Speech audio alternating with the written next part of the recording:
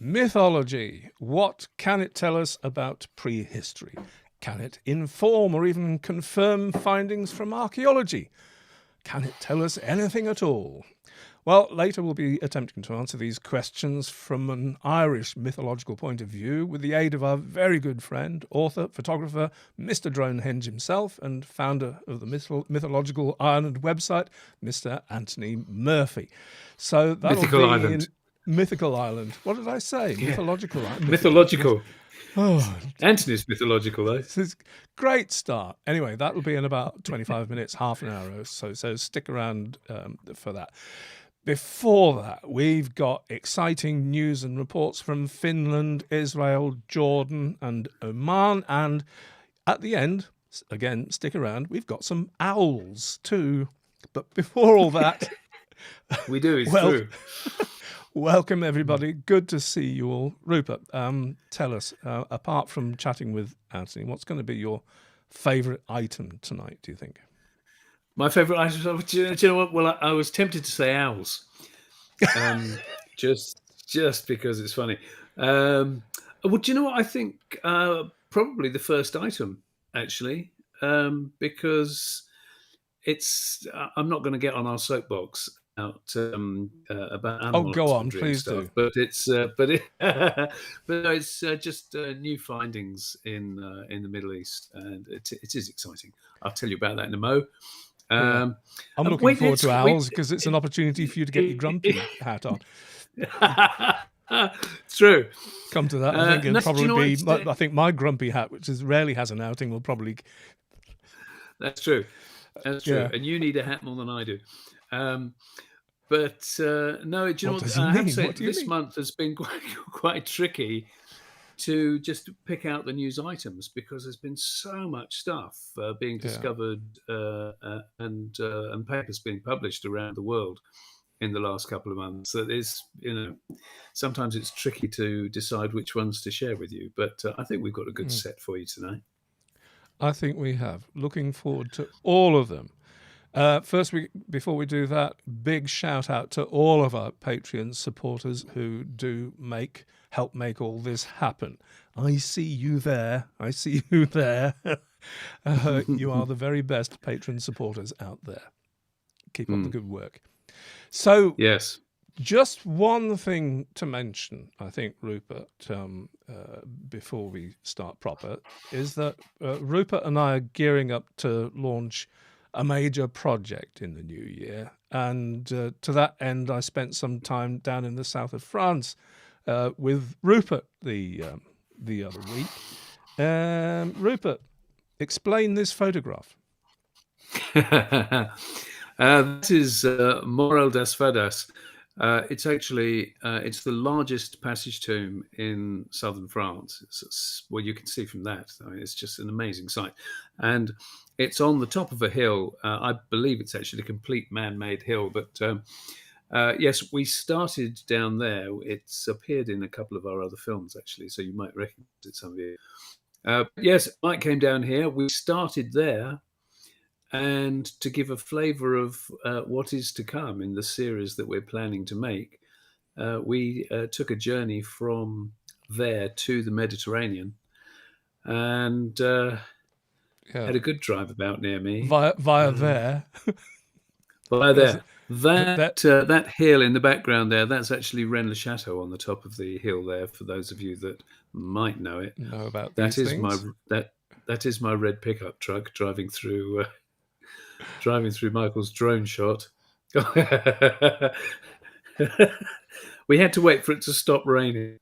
Yeah, but that is the Mediterranean, the barrier to our further progress in the story. So, what's the story? Why are we doing this? So the story is we are making a 5-part series called Göbekli Tepe to Stonehenge. And it is tracing the roots of culture, particularly megalithic culture, but tracing those roots from the east, particularly Anatolia, and right the way through, through the migrations of people out through spreading into Western Europe and then down into the Iberian Peninsula and on up again ultimately into Britain, it's going to be an epic series. Nobody's done it before. And Yeah, but the we point is, think we we're were the down very there to men to make do it. we got together to make a promo film to start raising the funds for us to do that. That was the point they were getting to. So Yeah. games afoot, and certainly will be in the new years. That film gets edited and we push that out. So we hope you think our premise is a good idea for making a 5-part series. Lord knows how many years it'll take us, but you got to start somewhere, and we'll be starting in Turkey, Göbekli Tepe, Karahan Tepe, and Çatalhöyük, and the rest, and quite a few other places that are coming into focus as well. Anyway, that's enough of that. I think we should move on to the first item of the evening, Monsieur Soskin. Here we are. This is all well. So you might have heard of desert kites, and they've been known about for quite some years. There was a lot of argument about what they were actually for. They're these very, very long, extending stone walls that go through the desert. In fact, they spread right away from from Jordan, right? In the north, if you like, there from north of Jordan, going right the way down through Saudi Arabia, and it's been established that they are animal traps. So they were basically constructed to capture the herding antelope, and in many ways they're very similar to the Saiga traps up in Uzbekistan and Kazakhstan. The rationale behind them is the same. So you chase animals across the landscape, and they will basically be guided as they try to escape from the people chasing them. They're guided by the walls. I just got Until an they're image ultimately, there, Rupert, from the thank paper. you. Which That's perfect. Yeah. So yeah, particularly if you look at the one in the top left there, yeah. I you mean, can those are obviously imagine. sketched in black lines to show where the Yeah. lines are. Yeah. So you can see how animals could be chased across the landscape into this very wide opening and gradually funneled down into this increasingly narrowing point until they're eventually driven into what's normally a circular enclosure at the end, where they can then be easily dispatched. But And on the what ground, makes this... on There the you go. ground, That's all that you can see of them now. yeah. But you've got to bear in mind that these are 5,000, 6,000 years old. And so the fact there's anything remaining more of than them that. at That's the all... thing. They extend Well, way back. okay. Yeah. But the pictures that you're showing, do you know what? It doesn't matter. That would be a digression. The absolute roots of these go back sort of 9,000 years. There have been reports of some older than that, but I question those, to be honest. But certainly 9,000 years. And the bulk of the remaining ones are around the 7,000 year mark.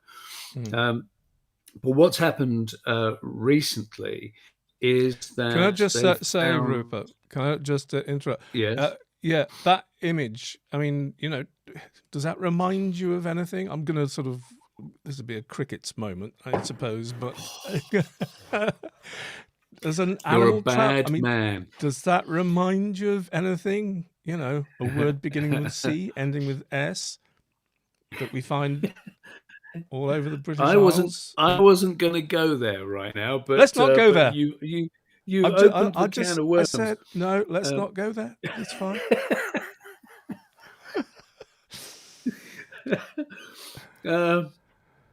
Yeah, we think that curses in Britain are exactly the same thing, and we'll explain that another time.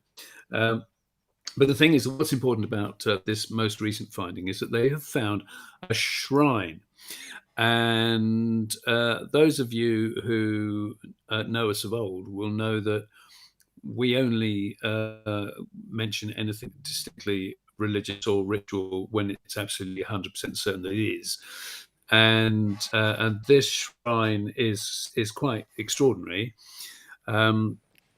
It there are a couple of stelae or standing stones, the flankers to this shrine, on which there is a carved, it's basically a stylized version of the kite itself, showing how the animals are driven into the enclosures. And adjacent to this, they found an altar with cut marks on it. Now, the thing is, they call it an altar, and certainly it looks, in the way we would normally interpret things, you'd say it's an altar. It could just as easily have been a butchering block, to be honest, if you were going to be dispatching animals at the site.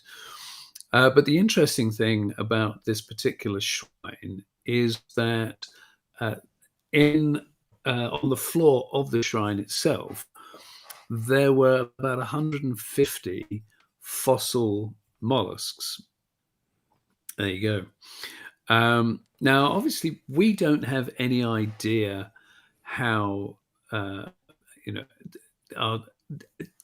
long past ancestors, how would they have related to fossils? What on earth would they have thought that they were? Was it the gods had made creatures out of stone or what have you? But we don't know. Yeah.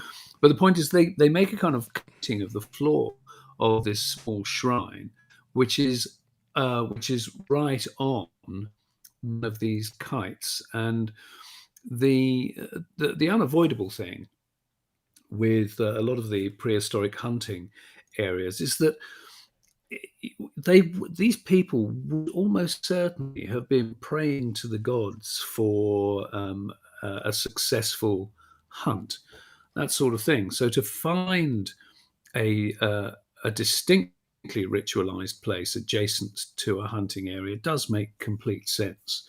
Yeah. There's the thing I found fascinating, in particular, Rupert, is that apparently that it was built on or assembled around a small-scale model of a kite.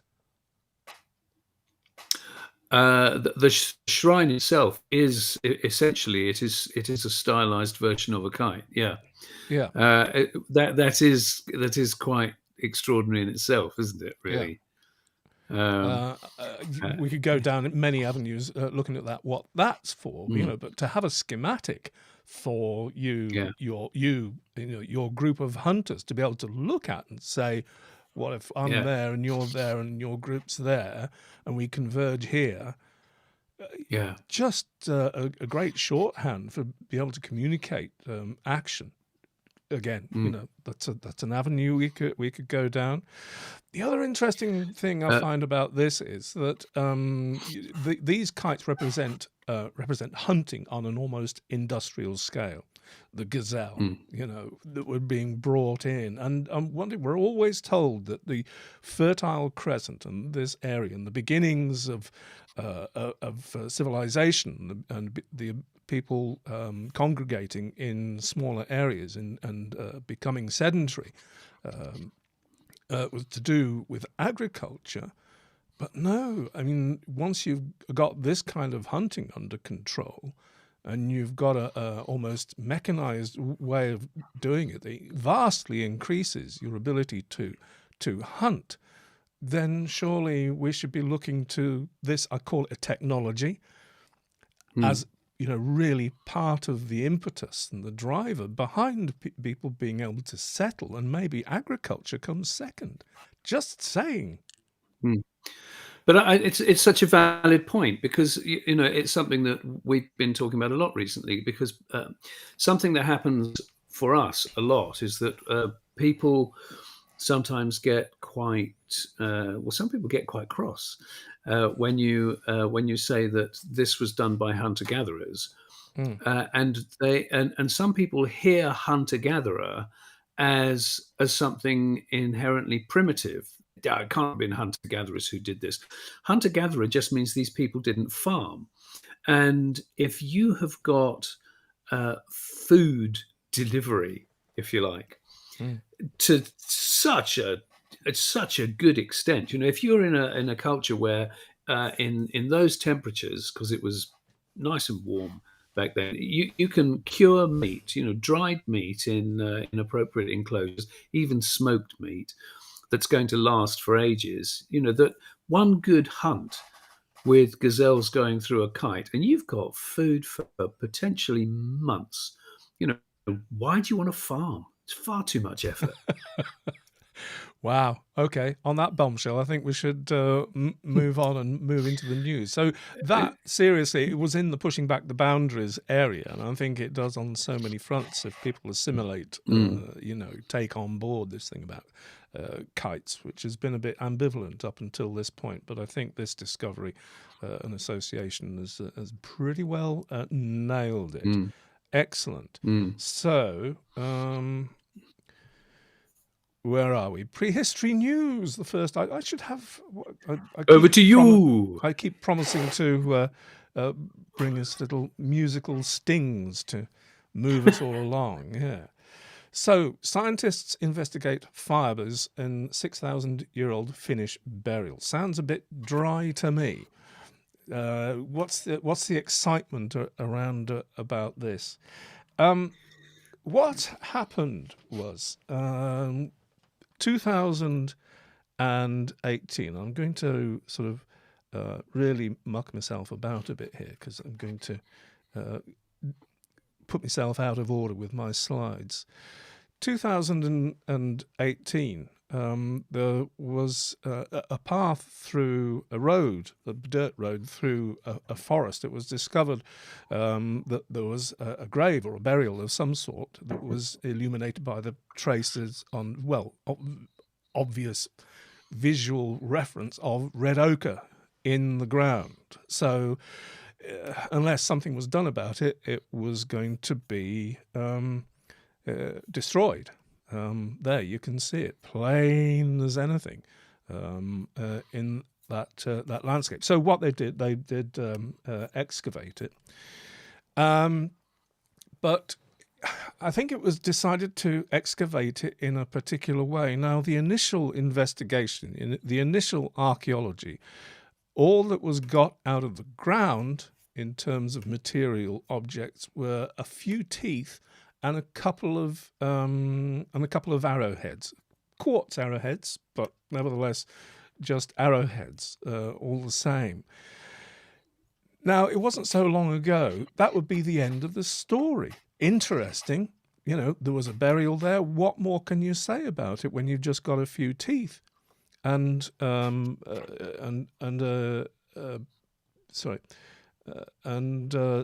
arrowheads? Well, the difference is, it seems, that now we can extrapolate this. The techniques that have been applied to this particular burial are groundbreaking, and it's all about what's in the soil. Just if I can remember to pick apart what the detail of what is in this picture. It's by artist Tom Björklund, and we've seen pictures from him before. He's all over the place, reproducing how people in prehistory looked, and quite stunning work. But you can see the two arrowheads there, and you can see, obviously, the little person. Of course, you can tell from the teeth now that she was between 3 and 12, so this is a sort of median representation, I think. But look at what she's wearing. Those dark ones in the middle, osprey feathers. The other downy bits are from waterfowl of some sort. The down from waterfowl. Underneath her, is that a wolf pelt underneath? What else? Oh, osprey feathers from the fletches of the arrows, and of course the presence of 2 dogs stroke wolves. What's extraordinary about this, for the first time, is that the soil from the burial has been meticulously excavated, a lot of it, but has been examined under the microscope in the minutest detail. So such details as, let me see if I can read this back to you. So there were 65 soil sample bags weighing between 0.6 and 3.4 kilograms collected. Soil was analysed in the archaeology laboratory of the University of Helsinki, and the organic matter was separated from the samples using water.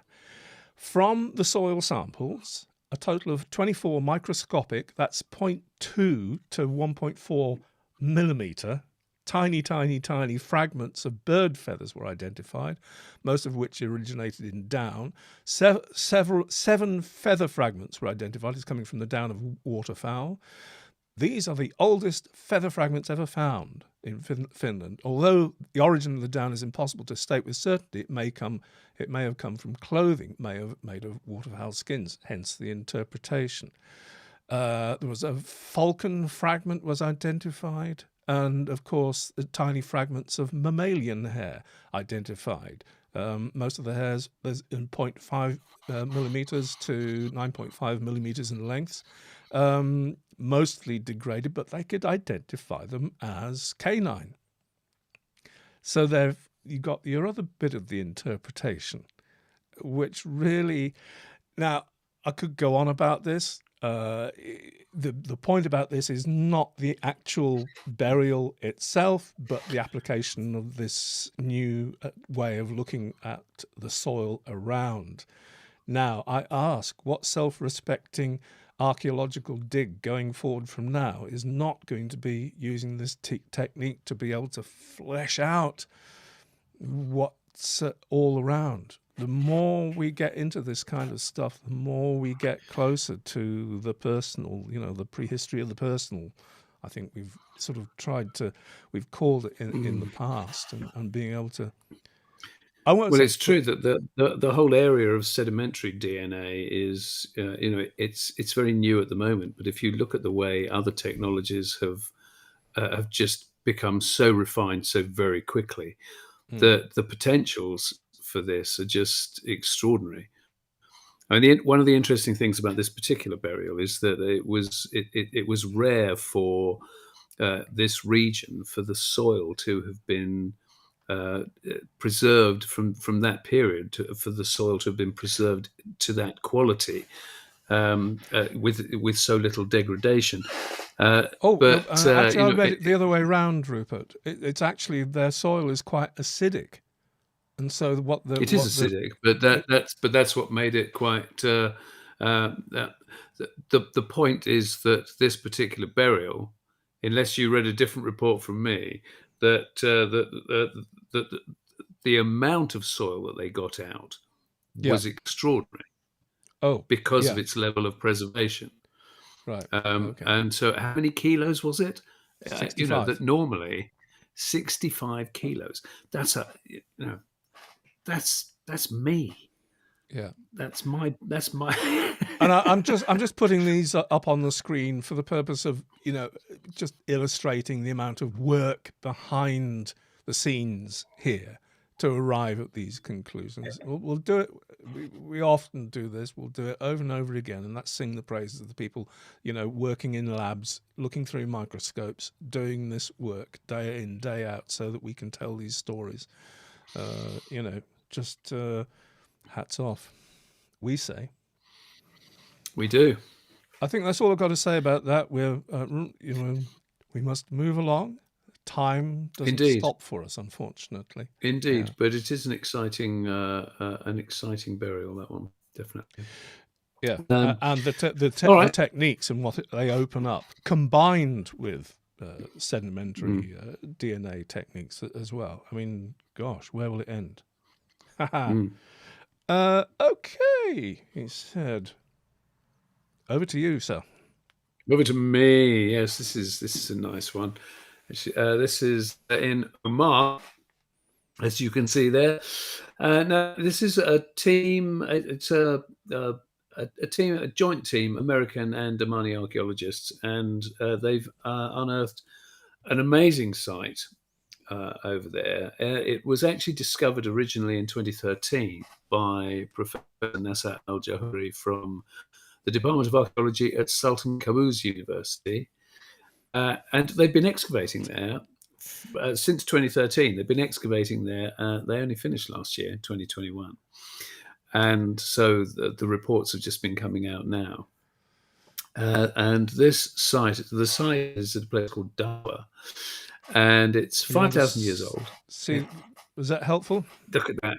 Yes, it's extremely helpful. And that's only a section of what they've uncovered there. So it's the oldest permanent settlement that they've found in the region, established by a community known as the Oman culture. And they found multiple buildings, warehouses, where it was clear that they had been storing goods. Other buildings that they think were administrative, and there's the full range of what you'd expect any sophisticated culture to have. But there was also an industrial area where they were processing copper ore. And they found a tomb. It was a mass tomb. Now, I can't tell you how many reports I've read about this. I have not been able to find how many bodies, the remains of how many people were in the tomb. I don't know. It's just been described as a mass tomb. So I dare say there'll be more papers being published on this in due course. But the thing is, the tomb itself that was excavated by the American side of the team, so it was led by Professor Kimberly Williams from Temple University in Philadelphia. And the tomb contained all sorts of imported and local, but a lot of imported pottery and jewelry. Now, they found silver beads, necklaces, rings, but there was one ring, and this is the thing. There was one ring that's made of silver, and although it's very difficult to see, I don't think that's the one. I'm not sure it's the one either, although I have seen an imprint. I think that they found several rings, and that's one of them. But I think the one that you actually want to talk about is this one. Is that one, right? Yeah. Now, the thing is that ring, that seal, that's obviously the seal, shows a bison, and that bison comes from the Harappan culture, who come from the Indus Valley. Right now, the Indus Valley is over in Pakistan, modern-day Pakistan and India. In other words, quite a long way away. It's quite a long way away. So the thing about this is what makes this particular ring so special in this instance is that it shows in this one place the coming together of different cultures. So clearly trading was going on, communication was in place across a very wide area. So you've got silver from Turkey that they've established. The design itself is from over in the Indus Valley. It was made from the forging place that they found. They're pretty sure that it was made by a silversmith in Iraq, and it's been found in a burial in Oman. It's just the different things that you can find from one tiny little thing that came out of one particular burial. It's the oldest known seal of its type. They have been. Did found you mention a date for it? I may have been asleep. They've put it at 5,000 years ago. Yeah. They have found other Bronze Age seals, but this is certainly particularly for the region, the oldest that they've. And it's one of 5 settlements known in the region now. So so there's probably an awful lot that's still to come out. But that's a lovely little thing. Amazing one of the information you can extract from a tiny ring. Ain't that the fact? And time and time again, these artifacts point to this incredible network. How trade was going on so long ago between over vast differences. It takes being hit over the head time and time again with it, to appreciate, what was going on, all that time ago. Shall I move along to the next point? Is that all you wanted to say, Rupert? Yes, concise. That is all I needed to say.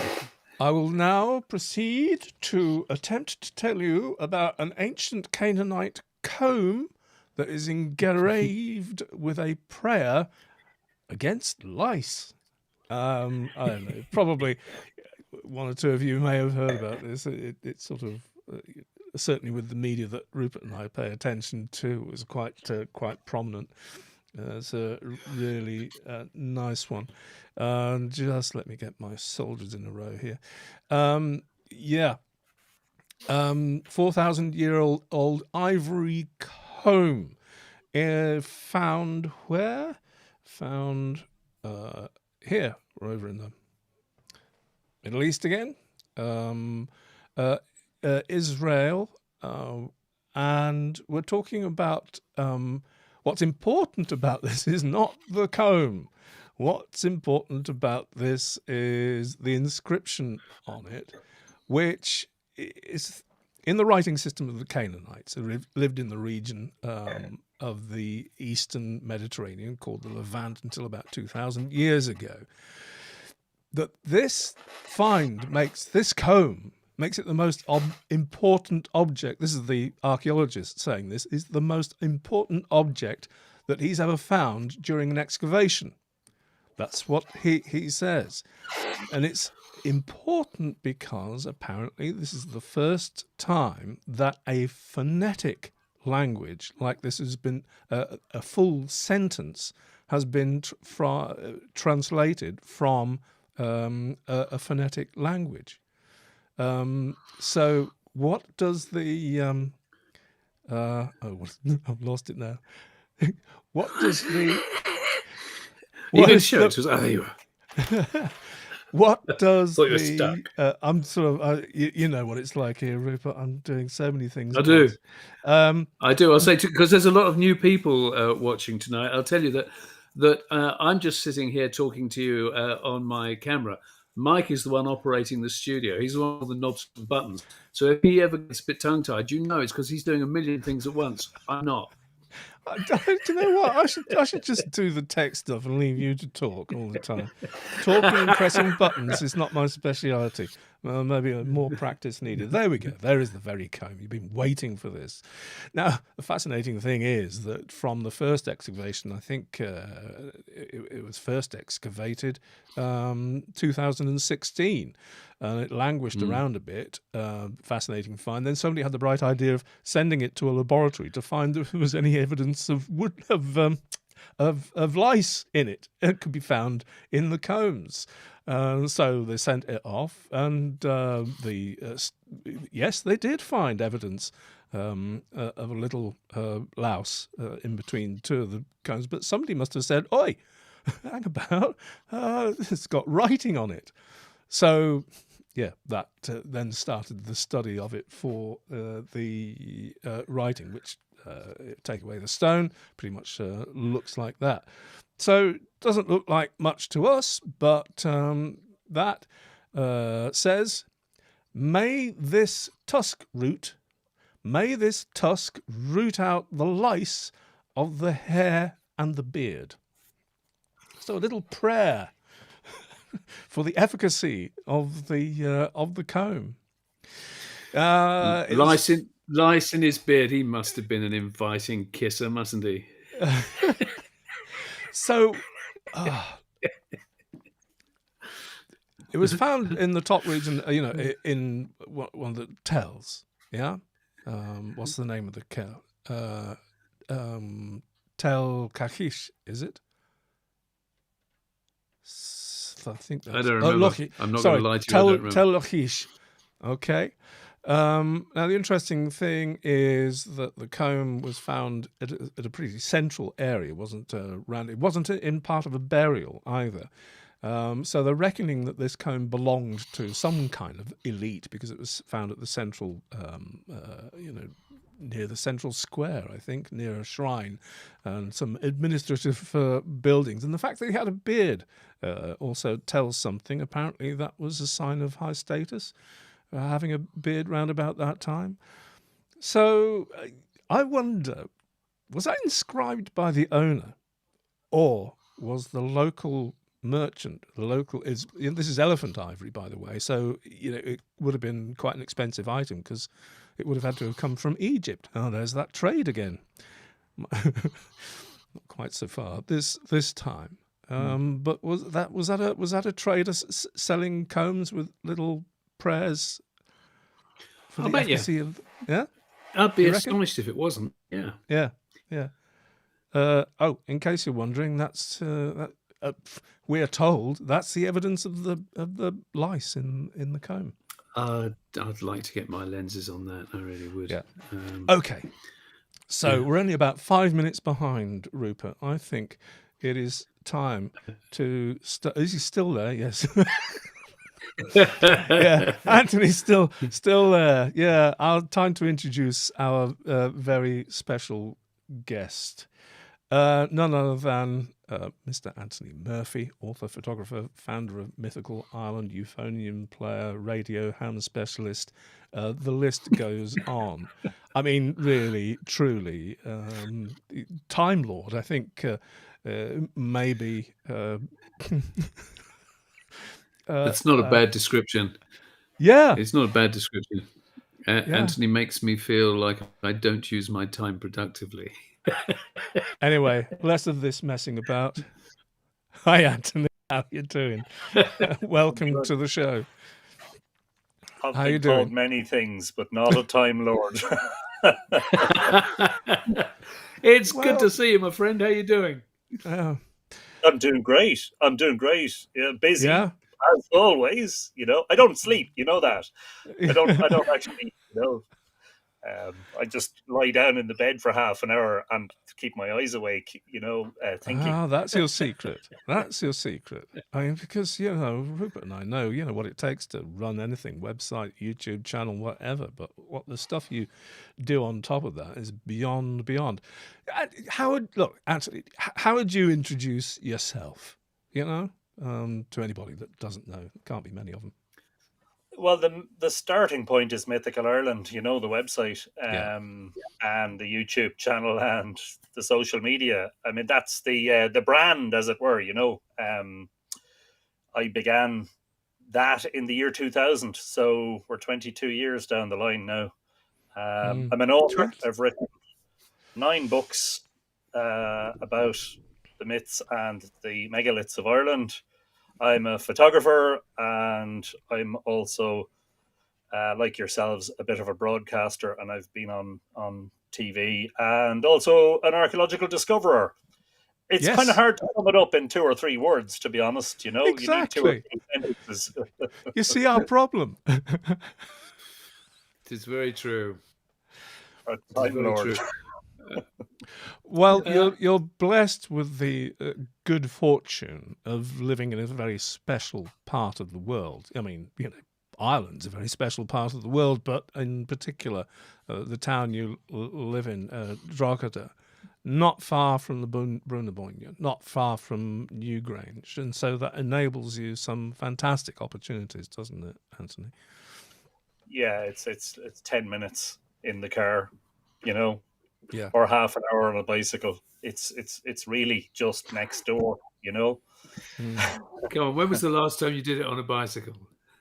I pre-pandemic, probably 2018, 2019. Oh, did you? Okay, I was joking. I wasn't expecting that answer at all. I doffed my cap. Yeah, I was playing the Euphonium while I was riding the bike.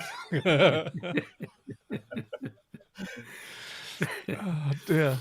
And the fact that you and you've made good use of the fact that you live near Newgrange, near the Bruneboyne, and of course, I don't know. I've mentioned Mr. Dronehenge. I don't know if that'll mean anything to most people. I think if they cast their minds back a bit, they probably will. But sort of major claim to international fame. That's the discovery of the henge formations in the fields below Newgrange. And how did that occur?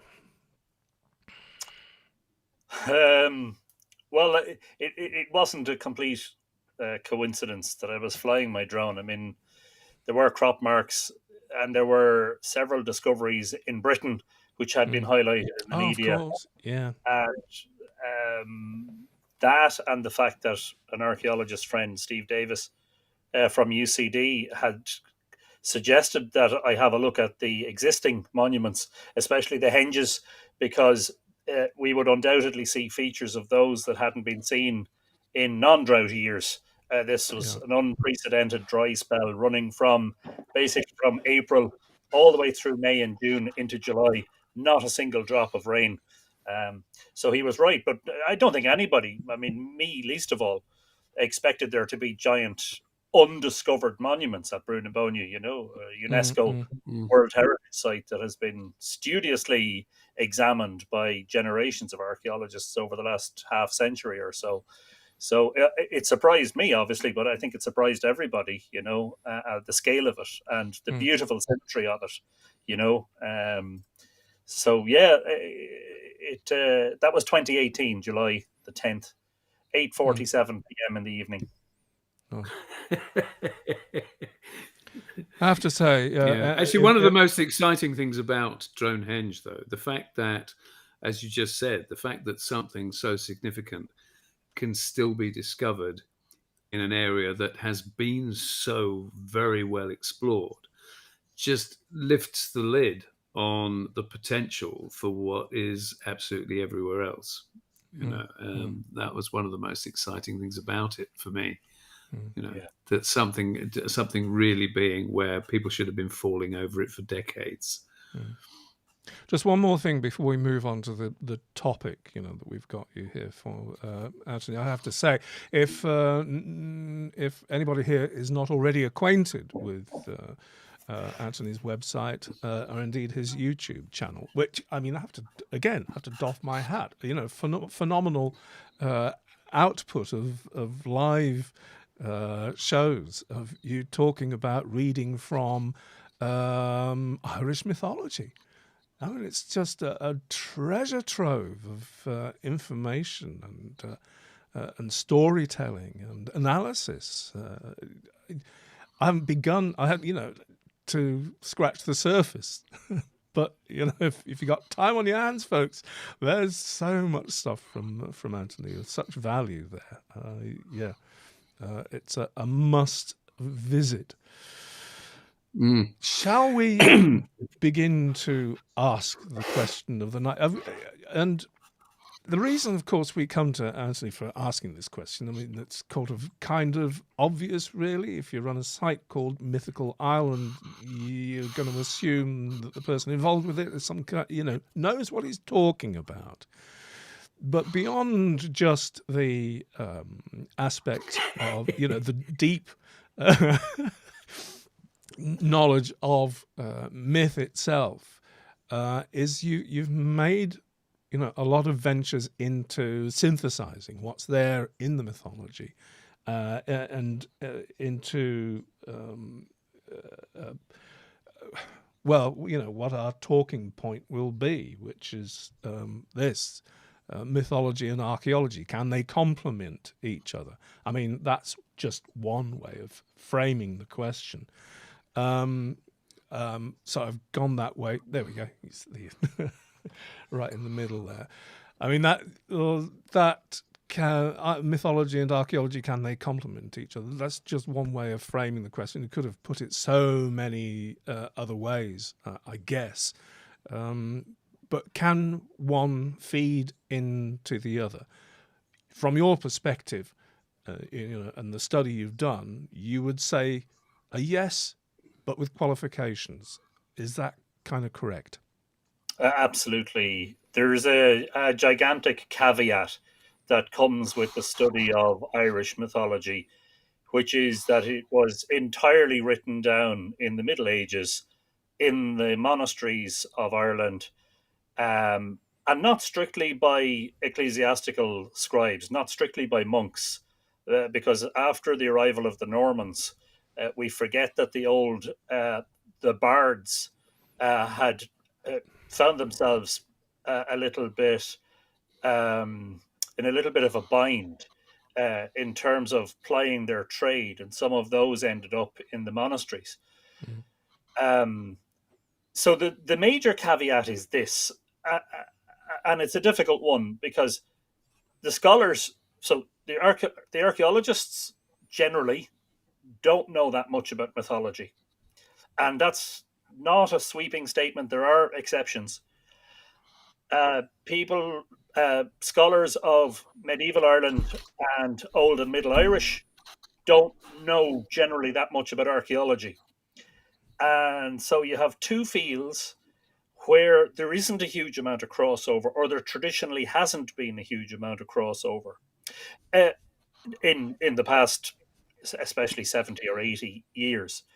There was a time, believe it or not, when myth and archaeology in the, I suppose, the antiquarian times, before the advent of modern archaeology, there was a time when the two did go hand in hand in what was written about the monuments. But we have a difficulty in Ireland, which is this.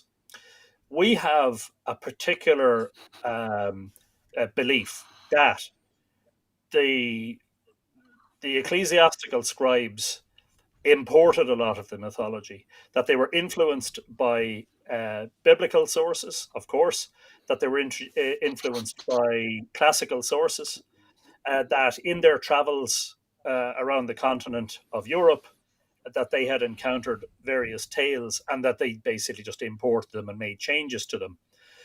My personal uh, sort of mission has been to demonstrate instances where mythology was, well, this is my case. My case is that some of the mythology that was written down in the Middle Ages had a significant oral longevity in Ireland, in indigenous, stretching back not just into pre-Christian times, but in fact into prehistory. And the single best place to begin that discussion, I felt, was my own home land, my own home place, Yeah. which is the Boyne Valley and Brunabonia and the great monuments of Newgrange, Nouth and Douth. And uh, I I think we have a long way to go, but when I left school, and that was 1991, more than 30 You're so years. young. Yeah. Thank you. It's all comparative, When I left school, we were educated by the Christian Brothers, and we were given a classical education. Just before I attended secondary school, they had stopped teaching Latin as a subject. We learned classical studies. We learned about the Romans and the Greeks. We learned all their mythology. We learned how wonderful the Roman army was and the empire and all the rest. And I left school not realizing, not for a second, that the corpus of Irish mythological material, as you said in your introduction, Michael, is vast, and in fact so vast that it easily is a match for the corpus of material that emerges from the classical world. But the extraordinary thing is, anybody who goes to Ireland, with some of this at the back of their mind, I mean, how can this all be so hidden in plain sight? Because it's not long before you get to appreciate that that Irish mythology, that Celtic mythology means so much to so many people in Ireland, and persists in its statuary, in its monuments. The references are all there. Quite like no other place. Well, that I know of anyway. So I'll qualify that. Well, I think we're very lucky in Ireland in that so much material survives, and that is a mixture of the material that was written in the medieval period, and that's from the early 12th century until the 17th, 18th century. That's mainly when that body of work was written down. And the folklore, the stuff that survived right into the 20th and even the 21st century in the mouths of the ordinary folk of the land. We're very lucky that the mythology pertaining to monuments and locations and important places survives in such abundance, such rich abundance. But to answer your question, part of the problem is related to, it is a difficult subject, and I will treat it very sensitively. Part of the difficulty is that we were a colony for a long time. We, the Irish people, were oppressed and driven off our land. And after a while, we began to believe some of the things that, for instance, the Victorian or the late medieval antiquarians were saying about Irish monuments. That, well, basically, it's a little bit like all of this argument that's going on at the moment about ancient aliens and Graham Hancock and all that stuff. I don't mean it to go down that rabbit hole, but you know, no, we definitely don't want to go down that rabbit hole. The antiquarians couldn't accept that the ancient Irish were clever enough to build monuments, so they ascribed them to the Danes, in other words, the Vikings. So you had all these descriptions of Danish rats and Danish moats and monuments and all the rest. That persisted after independence. My own belief is that part of the problem, and it's only part, and this isn't a complex analysis, part of the problem is that we had begun to believe that narrative that no, the ancient people of this land were not clever enough to build giant monuments, so it must have been somebody from outside. And B, we weren't intelligent enough, imaginative enough to create our own corpus of mythological tales, so we just imported them. Now, there is undoubtedly a mixture, and that's the major caveat here. There is a mixture. Disentangling what is original from what has been interfered with is a very complex task. And anybody who has studied medieval Ireland will know just how complex a task that is. However, if you're looking for specific examples, I will give you one. And this is very important. So for your viewers and listeners, the Newgrange monument, we now know definitively, was constructed in the century 5200 to 5100 years ago, 32 to 3100 BC.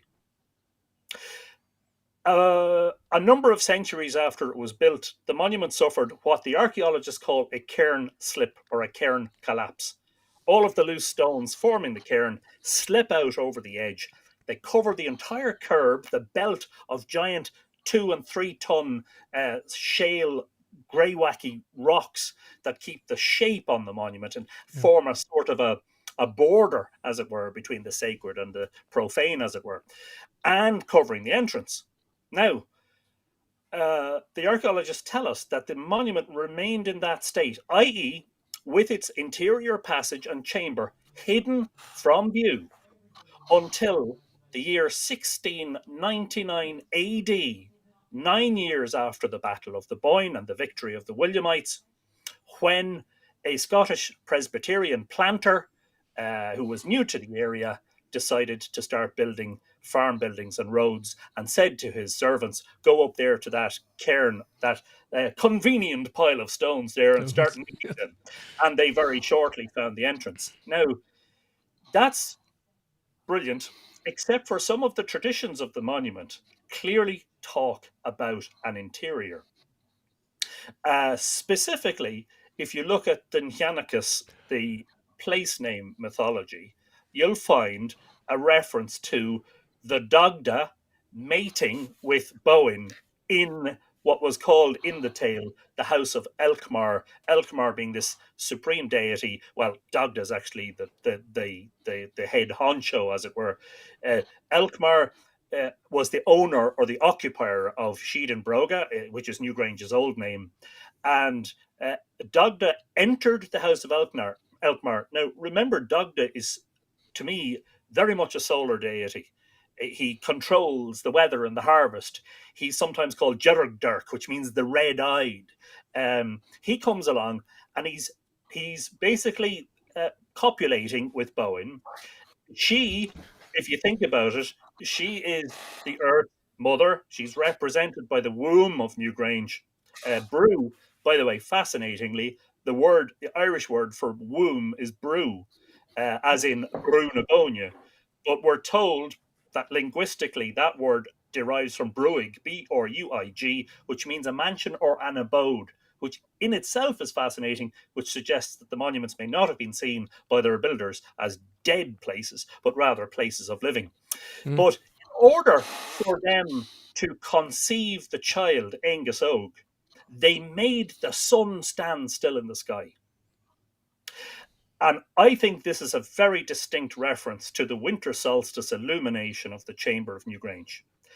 The question arises, how does a monk or a lay scribe, a non-ecclesiastical scribe, writing the Nyanicus material in the 12th, 13th, 14th centuries AD, know about, maybe he doesn't, fair enough, but how is that information possible to ascertain, given that in that era, Newgrange was sealed off from view, the interior of it, and had been since the late Neolithic or the early Bronze Age, at which time the monument was probably still functioning. In other words, the last time anybody, before O'Kelly actually restored the monument in the 1960s, the last time anybody had seen the sun shining into the chamber of Newgrange was probably in the early Bronze Age. And yet you have this story in the Middle Ages, which appears in mythological and symbolic language to describe the solstice event.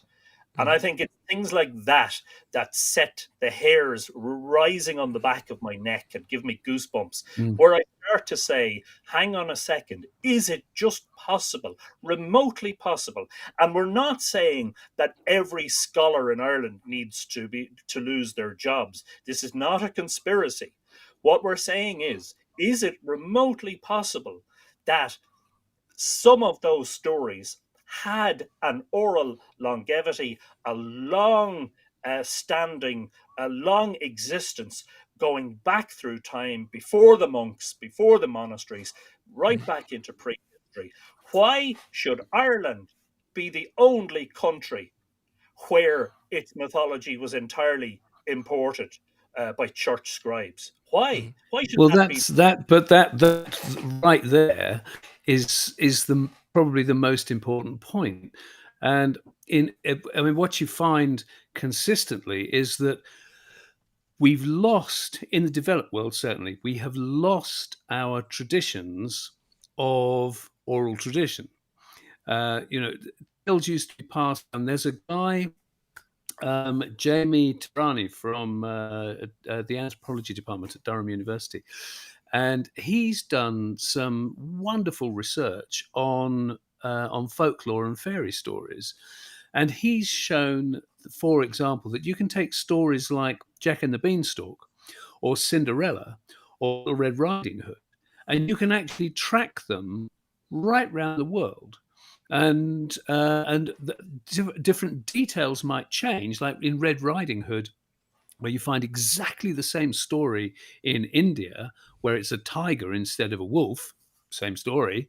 And you can actually track some of these stories back to the Bronze Age, from how they've actually travelled. Even Cinderella, that there's a Chinese version where this peasant girl, her shoes had the pattern of scales.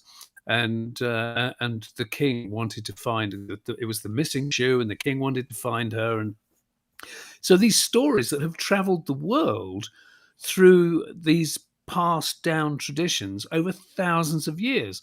And so where you start to make correlations in Ireland with the archaeology, obviously folklore it can give you a certain amount. I mean, there's some very interesting things, for example, with, in fact, there's the Haida people of British Columbia, where they have a myth that their ancestors, well, the myth is that the children were mocking a stranger who had appeared on the beach, and the stranger was wearing a very unusual fur coat. They didn't recognize the fur coat, and the children were mocking this person and looking under the coat and laughing at her. And she sat down on the beach. And the sea rose to her feet, so she walked further up the beach, and the sea rose to her feet, so she walked further up the beach, and the sea kept rising until they say they had to abandon their lands, and they had to take to rafts, and they were dispersed by the ocean currents to all these different islands. And the thing is that if you take that back to what happened geologically, with the sea rising and actually cutting off all these areas that were connected by land, and suddenly they're just the islands poking up out of the waters. You can track that back. It happened 9,300 years ago. So have you got a myth that that is talking about an actual event or an actual period in time? And there's many instances like that around the world. There's Australian Aboriginal stories as well, and so when you talk about the connection with archaeology in Ireland, and you can actually pin these different things together, it's when you can join dots in time with a story that might have come down from real people. That's what's just so. There's a beauty to that. So it's nice if we can correlate some myth with some stuff we know from the archaeology, from whatever. That's nice. It's sort of heartwarming, and it's confirming in many ways. All right, the stone I want to throw in, the pebble I want to throw in the lake, though, is this: can it inform as well as confirm? From my point of view, is yes, if you can correlate stuff from mythology with what is known. As I say, that's nice, but the value is looking at what the myth is actually describing and the way that stories are being told, and what that tells you about the way that human beings were behaving and what was acceptable in terms of story in order to convey stuff to the audience it was meant for. It's more not the factual stuff, but it's an impression of what human beings were up to at that particular time, if we can correlate the myth and the archaeology. Can you say words about that? I hope I'm making sense. I can. In terms of conforming and correlating, a very good example, I think, are the Fulacht Fia, which are the cooking sites or the burnt mounds, which there are lots of descriptions for. So there are several references in Irish mythological material written again in the Middle Ages, referring to quite specific in a couple of cases, referring to the nature of these sites. And he made a pit, and he made a fire and burned some stones and put them into the water and cooked the meat.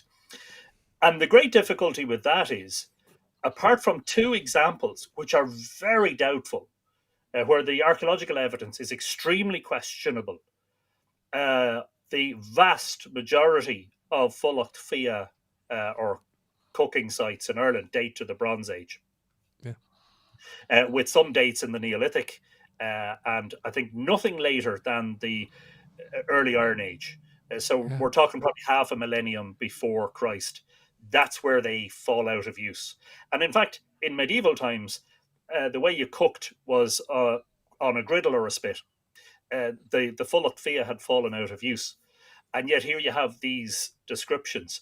And as I say, quite specific in some cases as to what type of stone is to be used.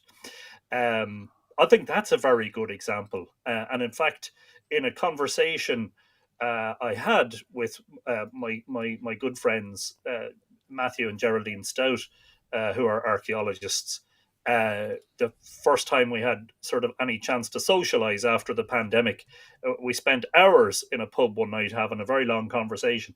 And that was one of the things that Matt brought up, was the references in Irish mythological material to the Fulacht Fia, even though Fulacht Fia are Bronze Age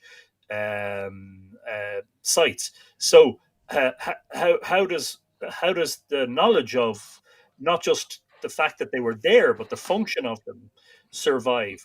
Well, it's really very simple. The same way it survived elsewhere. The difficulty you have here is you have different branches of specialization. You have the linguists and the philologists. You have the medieval historical or history scholars, and then you have the archaeologists. And sometimes it's a case of never the twain shall meet, a meeting point in the middle. So, for instance, you'll be aware, I think everybody's aware at this point, about the genetics and the DNA and what that's revealing about the monuments, particularly at Newgrange, where we found first degree incestuous parentage in a man. And the fact that there are stories, multiple stories with incest in them, which is something we discussed in a previous conversation, which is on your channel, if anybody wants to go and look for it. The fact that those stories are there has been broadly dismissed by some scholars as being coincidental, and that the story of incest pertaining to the king at Douth, which is a sister monument of Newgrange, one of the three great monuments of Brunabonia, and in fact probably the first one to be built, that was broadly dismissed as something that was based explicitly, pardon my dog, I'm not sure if you can hear Coda, he is barking in the background, as Nice he one, Coda. always does when I'm live, every time, without fail. Broadly dismissed as something that was explicitly based upon the book of Genesis and themes from that first book of the Bible. Now, at what point do you decide that, hang on, is there just a remote possibility, even a remote possibility, that, there's an alternative possibility here? The, that, and one of the reasons it was dismissed previously was because the difficulty is, and it is a clear problem, the people who built the monuments of Newgrange, Knowth, and Douth were not the same people, for instance, who generally cooked their meat in a Fulacht Fia. There were two diverse genetic populations. The Neolithic population was largely replaced by the Beaker population, but a long-standing belief, based on as much evidence as was available, was that the Irish language arrived into Ireland sometime in the Iron Age, and that it bedded down in the Iron Age. But the difficulty with that, and this is now not being argued by the linguists and the philologists, but rather by the geneticists, because the geneticists are saying, we're not seeing much evidence for a large-scale arrival of people in the Iron Age. The last great arrival we have seen in terms of prehistory was in the Bronze Age. Now, that argument will be had for years into the future, and it's perhaps not my place to get too involved in it. But if that were to be the case, and if you were to consider the possibility, as has been suggested, that the Irish language bedded down in the Bronze Age, then rather than being two peoples or groups of people or two steps removed from the people who built the monuments, you're now on one step. And remember that your people overlapped, because Beaker people didn't just arrive into the Boyne Valley to a deserted landscape, say, hey, look at all these monuments, let's just take them over, yay! It wasn't like that. The Neolithic people were still here. To what extent, we probably can't tell. But it's just alarming sometimes how we stick to what we want to believe. Okay, they'll say it's based on evidence. I would say, hang on a second. I suppose the greatest setback for people like me is that the evidence is almost impossible in terms of how does, say, the archaeological material record prove any of this? Well, the full Fia, obviously, but how are we ever supposed to prove convincingly that a story has its genesis in the Neolithic and that it survived down into the second millennium AD? How are we supposed to ever prove that? And I don't think we can, but what we can do is make a substantial circumstantial case. Yeah. I think that you absolutely put your nailed it. I think there's another important point to make here, and that is that we do tend to have this bordering on an obsession to get different disciplines accepted by each other. So, for example, people complain that archaeologists don't accept whatever it is. Archaeologists won't accept this and this and this and this. The thing is, an archaeologist's job is to accept the facts and not deviate from that. And so you can't ask an archaeologist to accept a myth as adding flesh to this story when they can't prove that. If you're going to look at any science, the science has to rest on what is provable. So it is equally important for people like yourself. It's equally important for people to be drawing what they can from the myths that go back however far into the past. Whether they can be categorically proven or not is in many ways an irrelevance. The point is that we can bring these disciplines together to give us an area of probability, because all we're ever really looking at is an area of probability. And if that gives us a balance on the prehistoric past, then that's the value. I don't think we always need to be looking to try to archaeologists prove that what you say is true, or the other way around. Do you see what I mean? No. Well, absolutely, and I that's what I was saying. Anthony's nailed it there. That our the job is to assemble a mass of circumstantial evidence, much in the same that when our things about cattle and husbandry and stuff, the most we can do is just overwhelm with circumstantial evidence. There's something else. There's something else I'd like to say here, and that's and you might have a take on this, Anthony. Yeah. It's something that when we were in Ireland. And it was the first opportunity I've had to go and see the Book of Kells. I've wanted to go and see it for most of my life, and standing there in front of these these hand-drawn manuscripts, and you think, well, what was the design process? You're standing there and you're looking at a finished item.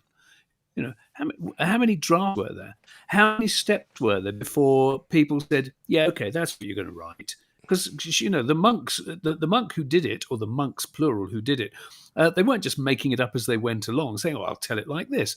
They must have agreed every word that was going down on that page. What was that process? So with any of the myths, what was that cohesive point? Where was the story actually established in the way that it then carried on being told through prehistory and then history? It wasn't made up by one person who was the first person to sit down with a pen.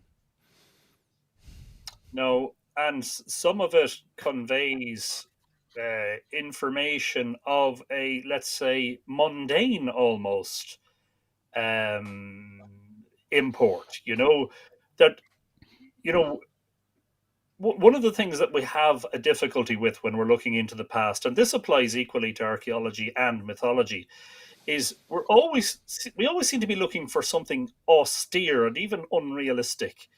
So, for instance, Rupert, you and I had a very interesting discussion when you were in Ireland during the summer around your theory pertaining to, henges and hengiform enclosures being mundane structures such as paddocks for keeping cattle. Yeah. It's almost like we're always looking for, well, what's the magic? What is the what is the event or the activity that happens here that is beyond mundane, that makes this a special place? Now, we can go all the way back to Dronehenge in that regard, because the discussion about what henges were for seems to have been going on for decades, and it probably will continue to go on for decades. But when you actually look at the mythology of Brunabone, you find distinct references to Elkmar standing on the top of Newgrange, looking down upon the Cluichomai, which is the Irish for the playing fields. And there's a description of thrice 50 youths at play in the playing fields. We now know, beyond a shadow of a doubt, that in the late Neolithic, certainly, an observer standing on the top of Newgrange, looking down across the floodplain of the Boyne, would see a space packed full of monuments. 12, well, at least 10, there's the Douth Henge and the Monk Newtown Henge, at least 10 henges in that space, plus other structures, mortuary enclosures and all sorts of stuff. So when you talk about a henge and you talk about ritual, well, we all know, because it's almost become a running joke now, that word ritual. What are you thinking about? And I say, my argument is that as humans, we actually haven't changed that much. You were talking earlier about hunter-gatherers being primitive. No, they just didn't have access or knowledge or farming access to or knowledge of. What would people do? Let's just think about what people do in a modern arena. You build an arena, a large space, presumably to enclose or to keep in a large body of people. So what do we do? Do we imagine a priest or a druid or a bard or somebody in there holding up some sort of prehistoric holy communion or whatever it happens to be, and loads of people bowing down, which is always the recourse, or historically has been? Or do we think about a football match? Do we think about, well, what do we do in arenas in modern times? In America, we've baseball and basketball. In Britain and Ireland, we've soccer. In Ireland, we've Gaelic games and hurling. We also go to rock concerts in arenas. We watch theatre in big arenas. We go to orchestral concerts in arenas. So, that whole notion of, well, does it always have to be something austere and different and spiritually elevating? Maybe, just maybe, these people were just as human as we are and needed their goddamn downtime. Because remember, in the late Neolithic, when you're building 10 or 12 earthen and timber henges, and you're digging with stone tools, and you're breaking your back, you're bursting yourself to do this work, then it stands to reason that, first of all, you're going to need to be fed, but second of all, or probably more importantly from a human perspective, you're going to need to have some fun. And occasionally we let our hair down, and what do we do? I don't know what games were played, but the notion who was it had their eye put out with the holly stick, the twig of holly? Yeah, that was Midger when he came to visit Angus in Tuckmark Etain. He came back, and it's a Samhain assembly. It was Samhain the first year, and the year he came back, it was Samhain. What was happening? The boys were fighting in the playing fields, and Midger said, "No." Angus said, "I'll go down and sort them out." And Midger said, "No, you stay there. I'll sort them out." And he goes down, and he gets his eye put out with what was translated as a sprig of holly, but it turns out that the word was burr, which also means a spear or a skewer. In other words, whatever game they were playing, I was thinking maybe a Shaley stick. Violent. That it was a violent game. To be honest, I think those little glimpses in the mythology are probably much closer to the real answer. What was going on in the henges? That's exactly the point I was trying to make earlier. I think it's the glimpse into culture, not so much a confirmation of the archaeology. Because there's so much to say about the kinds of stories that echo, the most famous ones, like the cattle raid of Cooley. The body count in these stories is astonishing. phenomenal. Yes, yeah. it's murderous. Yeah, It's mass murder. Yes. Yeah. it kind of speaks to what is acceptable and what was not about theft. Oh, I mean, your favourite thing, Rupert, about Rathcroghan and the Rathcroghan. expeditions. Rathcroghan and the Yes. expeditions. Let me step in here, gentlemen. Yes, Rathcroghan. Rathcroghan. Yes, Forget about the G, like in Drogheda. It's Drogheda. Rathcroghan. Just take the G away in your pronunciation. right. Lesson Rathcroghan. learned. But it's the Yes. the number of expeditions. In fact, well, it's funny. Cattle raids. Excuse me. It's funny you should say that because Oh. I happen to have the book on my desk, not deliberately, but it was on my desk from earlier on. Where go on, you talk amongst yourselves. I'm going to find the map. That this map, is from yes. this is from the. Here you go. I found it. This is Okay. from the mythology. All right, and this is all the cattle raids. I'll give you full screen. There you go. This is all the cattle raids. In whoops, there we are. So all of those that circle in the middle there, that is Rathcroghan, and all those black lines radiating are different cattle raids that are recorded in the mythology. I think that's a glorious thing. You know, that if anybody wants to talk about the importance of cattle, Yeah. then And you know, the morality around theft or not. I found that staggering. In fact, there's something, Anthony, that you'd have in there that it was actually it was an established. It was the right of kings that the new king had the right to go and steal other people's cattle. He could just go on a cattle raid, and it's like, whoa, okay, seems a bit unfair, but. Yeah, but I think people forget, or too easily forget, that cattle from the Neolithic until the time of the Vikings, really, which is a span of about 4,000 years, cattle are currency. The measure of your wealth is the number of cattle that you have, and the quality of your bull, you know? And that's something that's easily forgotten. And in fact, curiously, this ties in with something we were talking about earlier. You know, the most commonplace type of monument in Ireland is the ring fort, which is they almost exclusively date to the latter half of the first millennium AD. And they were basically fortified enclosures because there was so much bloody cattle raiding going on that you had to bring your cattle in and defend them at night for fear that raiders would come along and steal them, and you would be bereft and totally broke, as it were. Don't know, the ring forts have Fulacht Fia in them. And the ring forts, remember, just slightly predate the era in which the stories about the Fulacht Fia were written down, or featuring the Fulacht Fia, whereas the actual Fulacht Fia themselves vastly predate the time in which they were written down. Yeah, and that's a wonderful thing. You're the king. Yeah, we met our first Fulacht Fia down in the south, down at Dronehenge. Dronehenge.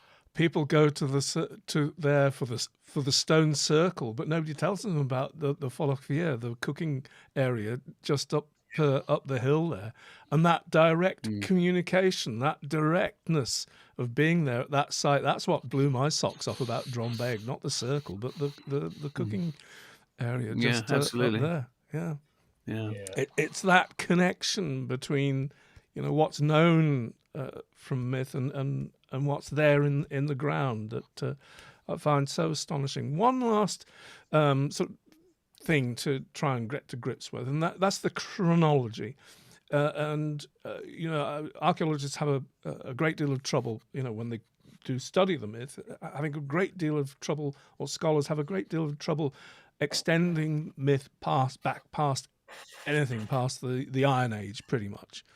You know, and it is quite a reach to extend, and also the temptation is to match the myth because of the Book of Invasions and all, to match the sequence of that with the sequence of what we know about genetic exchange which culture followed which, and the Neolithic giving way to the Beaker people, and it's so tempting to try and correlate those with the Book of Invasions and the Tuatha Dé Danann and the Firbolg and the Milesians. That is an area that is filled with I'm sorry. difficulty, and only the non-academic journalist, euphonium player goes there. Everyone else seems to back off from it.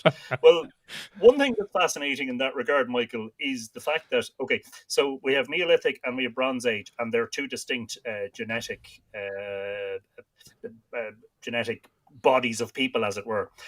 And we now know, because of DNA, and especially just in the last decade, we now know that the modern Irish population is actually largely genetically related to that Beaker horizon. Now, consider mythology, where the Tuatha Dé Danann, who are the gods, the godlike people, who build the monuments and who are their custodians and owners, are challenged by an arrival of brothers from Spain, who are obviously, from a different continent and probably genetically diverse, and eventually they give way, and the Neolithic, the Tuatha Dé Danann, I was about to call them Neolithic. This is my theory.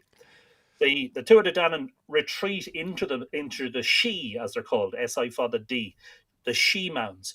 That's where they go.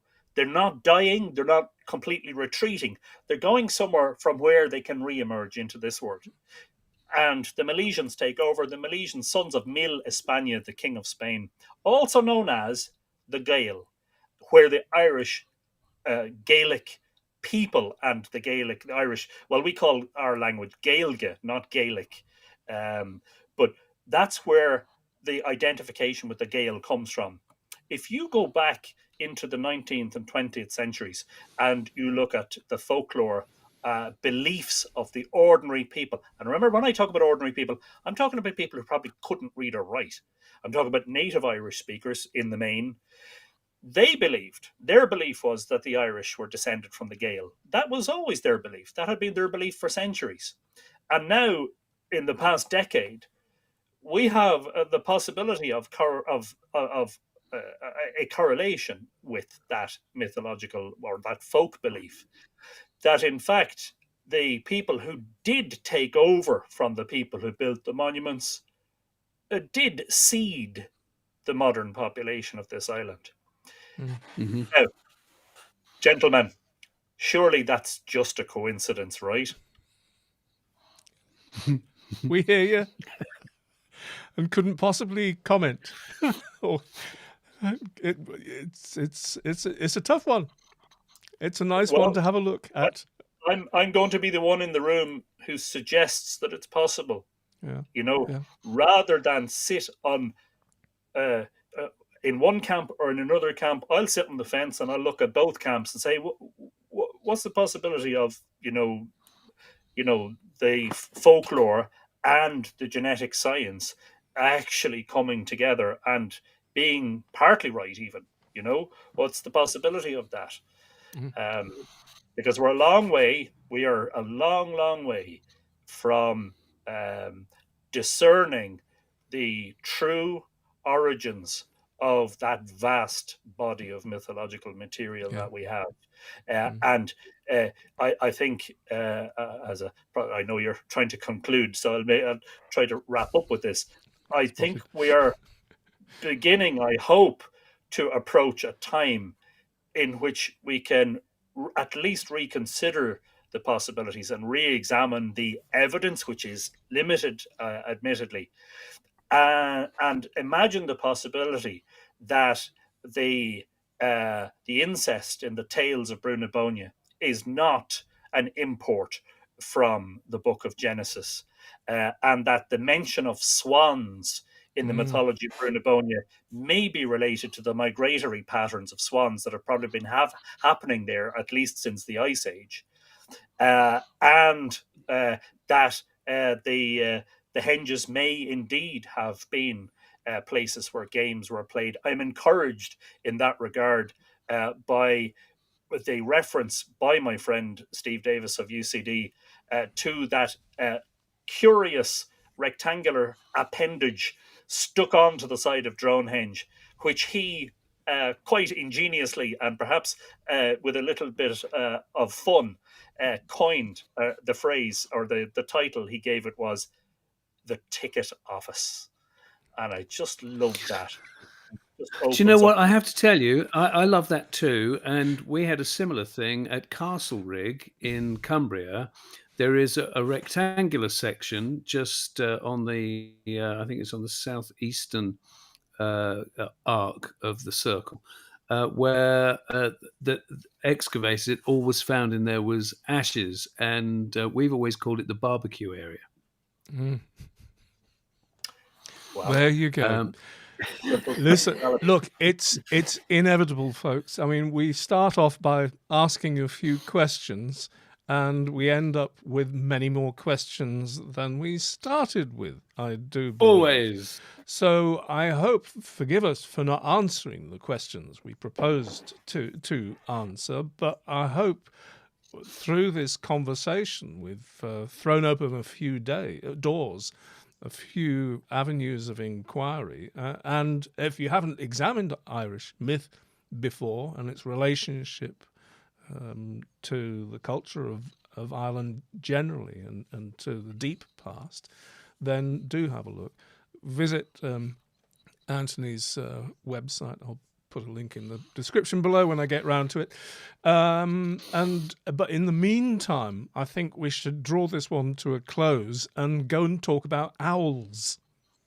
We should go and talk about owls. Now, if I may, before we disappear, I just want to pick up. There was one comment somebody said, and I can't see who it was because it's gone up. Somebody said, "Are these rewatchable?" Because they want to watch it again. Oh yes, and yes, they are. If you just on the YouTube channel, if you just, it won't be under the normal list of videos. It's like you click on live, and it'll give you all the list of the live programs that have been up. Yeah, and, this won't go anywhere. It'll just persist here. Yeah, so anybody can watch it actually, and probably quite a few people will. Not, there's a fair few watch it live, but it'll be in the several thousands will have watched it in the next few days if history teaches us anything. Anthony, so much for the conversation. Thank you so much for being with us.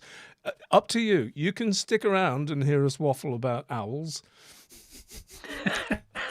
It's not for long. Not for long. I don't know. You may have Coda may need walking. I don't know. But no, you're welcome to stick around. In the meantime, we will say, well, that's the end of that part of the show. Anyway, Anthony Murphy, thank you so much. My pleasure. Thanks for having me on. And a very happy winter solstice to everybody before it arrives.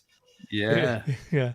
I'm not going to shove you out, so it's up to you if you stick around. But just for the moment, I'm just switching over to that so we can get to our bit of whimsy. Whimsy, we like to round off with something that has some amusement factor in it. This month, owls and prehistoric children. Rupert, would you like to? Well, do you know what? This is something that cropped up recently. And it's a funny thing with academics. You might have heard us talk a long time ago about how the archaeologists thought they'd found the oldest known toy, and it was this spiked tripod thing. And they thought, they thought it was a toy because it had a bird's head on the top. You think, what parent would ever give that to a child? Well, it was a similar thing here, except all not dangerous. It's in reverse. Yes, they these plaques have been found which represent owls. What's the date on them, Michael?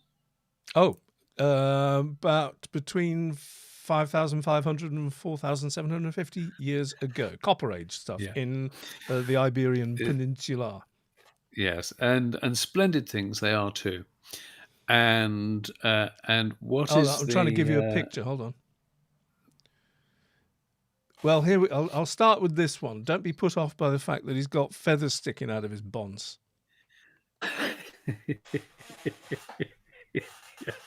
There we go.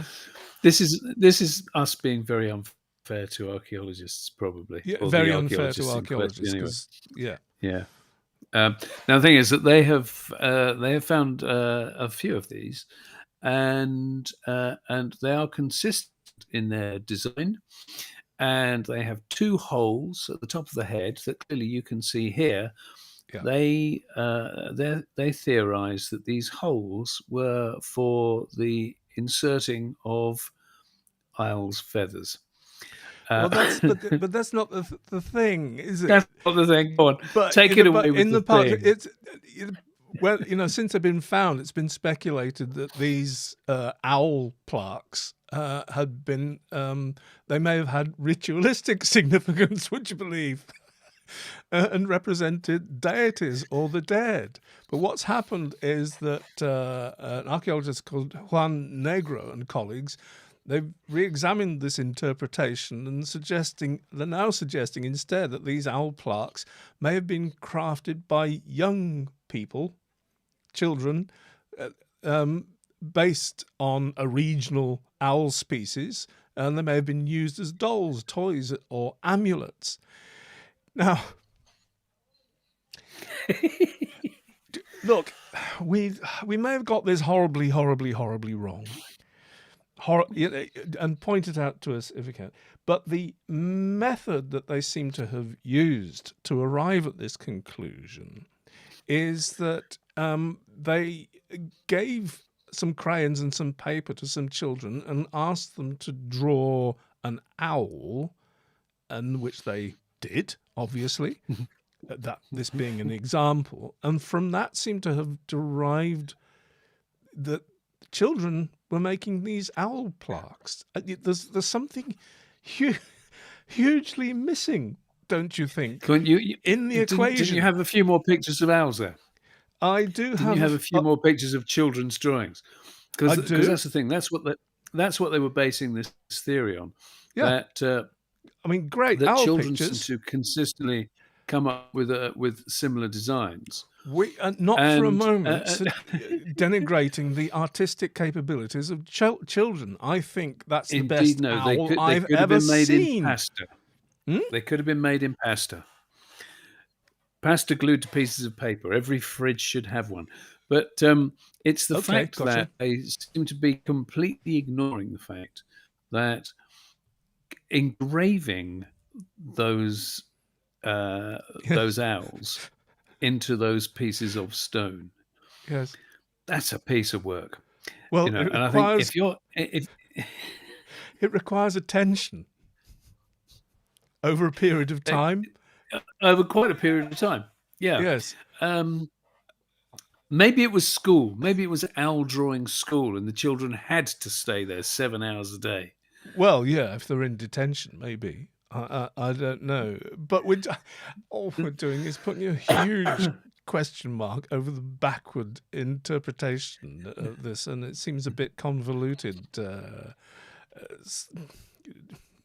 Because children can draw on paper doesn't mean that takes something to etch something in slate like that. And the amount of repetition in those takes practice. My theory is that Juan does not have children.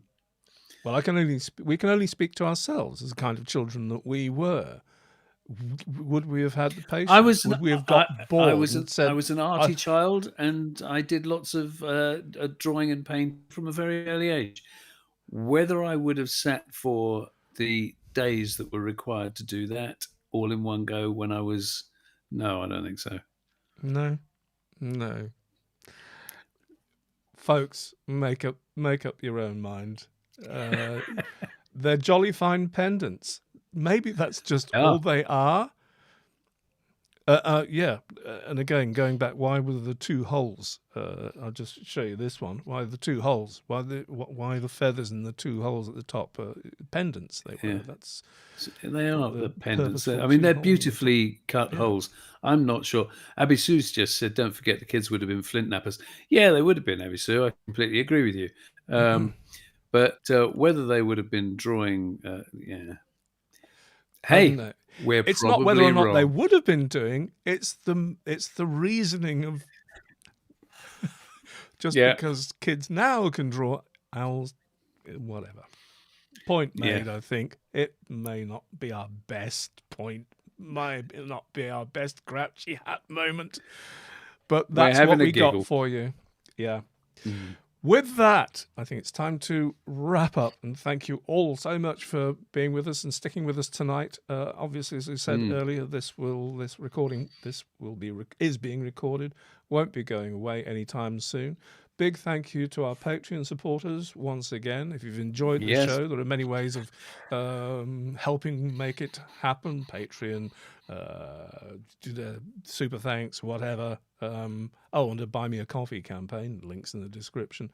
But thanks to our existing Patreon supporters, we love you very much. A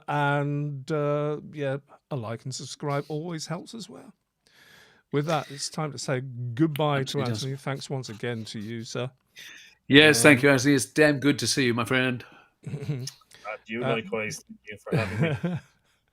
And with that, it's time to say bye-bye. Bye for now, folks. Take care.